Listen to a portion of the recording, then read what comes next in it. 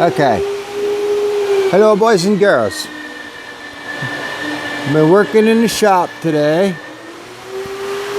These guys put brand new springers in the Dodge service truck. Rebuilt the front end. It's got to go in for inspection. It's overdue, but we got new springs and helper springs in that.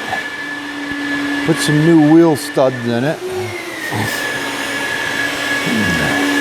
Zach's putting some mud flaps on, keep the mud off in front of the wheels to keep the mud off the cab. But there's the new springs. No, you can't see them anyway, but they're in there.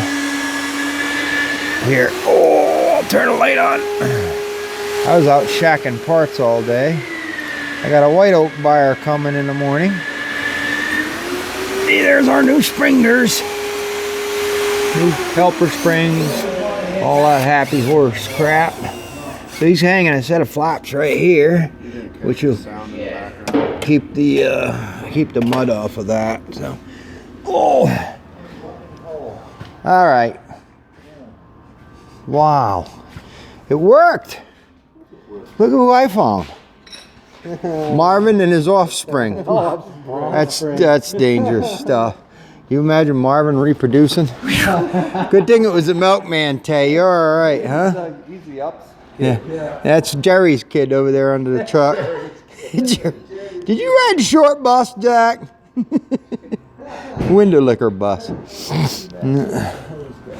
Window licking. All right, so he's fixing to put the light buckets back on this thing. And he's stringing a new harness. That's our mag drill. Ain't that thing awesome? So that bit must not have been too dull. No. It's chewed that right in. Doing your thing down there, it must have been pretty hard, or Yeah. but it cut through that really nice. Yes, it did. I didn't even have time to come in and take a picture. All done. That was rather anticlimactic, YouTubians. Huh. But there's your cutting tools for these things. What do they call these? Plugs, right? Or plug cutters? Plug cutter. Yeah. That's what that goes in that mag drill, and when it just cuts a big plug, it's like a hole saw. The thing works beautiful for working on frames and, you know, for like putting fifth wheels on trucks and all that. Just great. So what he's gonna do, because we got a double plate in here, we're gonna just use a piece of hose for a protector and run the wiring harness through the hose back out. Show him your nice light buckets you made. So he's duplicating these rotten ones that are all rotted out. They were all rusty and rotted. So he's oh, that's nice. Duplicating those. So, but nice. So putting them back on there, and then they went and did all the cut out the old frame and covered it with new plate steel. And then we've been what do you call it, descaling it and wire brushing it. And we got a sandblaster, but it's small. It's quicker just to do it with this stuff. Ball. Excuse me. So there's our descaling, whatever they call that thing. Make a hell of a back scratcher, I know that. But anyway, these things, we're gonna straighten these out. Try and restore this old trailer. This is a 1984 Vulcan trailer. So I owned this trailer before, and I sold it. I had two of them. I sold it in 2000. I think I sold them for like $6 grand a piece at the time. And anyway, I bought one back off a guy. I found out who had it, and he actually asked me if I wanted it. I ended up buying it back for $1,200, and then that was quite a number of years ago. And we put a new fifth wheel plate on it, and did a few other repairs on it, fixed a couple bunks, and then we ran it. I think I've had it again for 10 years, and we put a new suspension under it, and we're freshening that back up. Some of the cross members are a little rusty. But patching her up, we're gonna paint it. Put her back in use for, hopefully get another 5 years out of it or something. It's a good trailer. It was a purpose-built log trailer, so. Yeah, I already mentioned that you rebuilt the front end of the Dodge. We're gonna go get it lined up. Yeah, new spring goes on that. So, we don't know what happened to the roof. Somebody destroyed the roof and nobody fessed up. Somebody dropped something. Yeah, nobody knows what happened. Somebody dropped something on the roof. It's really cool. I don't know what it was, but it's got big dents in it. Look at you chucklehead. What are you laughing about? So anyway, I got white oak logs laid out here. So I'll go show you them. I got a white oak buyer coming in the morning. And I got another load of white oak coming up from the job to lay out tonight.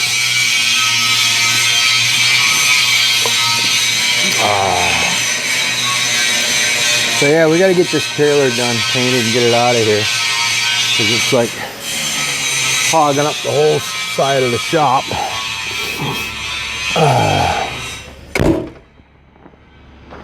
So anyway, there's old Randy. He just pulled in with his chip wagon. Oh, I think I already got this truck on video. It's got issues with the motor. It's got water in the base, but my son-in-law was running it, and he's done messing with it. So I got it down here. We're gonna do a motor. Truck's really clean. Nice truck. We'll do a motor in it eventually here when I get some coinage saved up. I got some white oak out here laid out. Nothing too spectacular, but the stave guy will buy quite a bit of it, I think. Here's the old self-propelled 210. Mighty handy for this. So this is rock oak. This white oak buyer don't want it, but the other white oak buyer will take it. So whatever the one guy don't want, I'll scoot out to the other buyer and then mix the rock oak in with it. Yeah, we got a few decent ones. I mean, pretty obvious, like it gets lumpy up here. But I think this is the one that you guys saw Jakey cut. But the butt's pretty nice. I got a little something going on right, you know. But it don't matter so much for Stave. If he sees this whole log, he'll probably buy it, even though it gets some of this, you know, grown over knot on it. He'll probably buy it. So he likes us to leave them long, and then he'll look at them and see if he wants them. But that, yeah, that's that great big one we cut last week or whenever it was. I got it on video. It's a big stick. It's a big white oak. That one's not as big, but it's pretty nice. So we'll see what's what. He'll let me know, you know, what he wants and what he wants to do. We'll trim some of these back. Like this one's got a little bit of a double on it. We'll trim it back, I would say. Some of this stuff might be a little small, but we'll let him look at it. Because whatever he don't want, we'll just load it onto the self-propelled, stack it up, and put it on a trailer and ship her out. See, I don't know if he'll take that one with that center like that. He might though. A lot of wood in that. Pretty decent butt there. That's a big monster too, ain't it? Look at the size of that one. That one's even bigger than that one over there. We'll see what happens. Kind of anxious to see what he'll pay for it. The more the merrier. So anyway, sun's fixing to go down. It's pretty chilly. It's not brutally cold out here. It's probably about 15 degrees. It's supposed to have an overnight of like 18, so it's actually warming up a little, supposedly. But, well, we'll see what kind of fun we can have next day, huh? Tomorrow. I was just running her, so she's thawed out, melting some ice. That little machine runs good though, it's pretty handy. That's an old loader, that's like a 97. It is in real nice shape. Nice tight bushings. I think I had that hole on the bottom of that cylinder right there. Yeah, that one rebored, line board, or maybe it was this one. I think it was that one because it's rusty. You can see where you had to heat it to get it apart. That was the only hole on it that was real flimsy. Yeah, that's a handy unit. That's self-propelled. The way they work, I don't know if folks know that or not, but they've got a regular live tandem under them, like, you know, truck axles, right? Here's your power divider and rear end. So they put a set of live axles under it. And then check this out.